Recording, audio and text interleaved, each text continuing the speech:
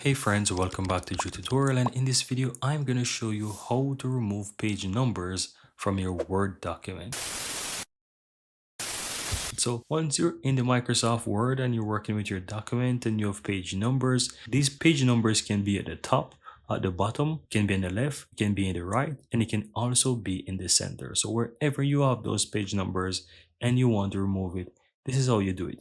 Simple click where you have the page numbers and you want to double click there, and this will either highlight the header or the footer where you have those page numbers, and you can easily remove that. So how do you remove that?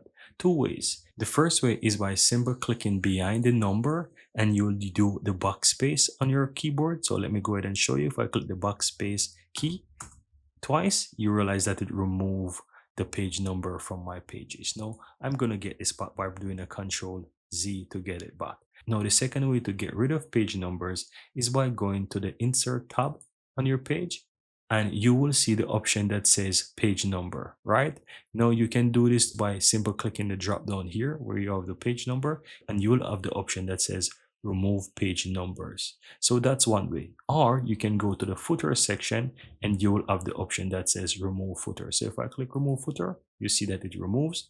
Let me go ahead and Control Z so I get it back.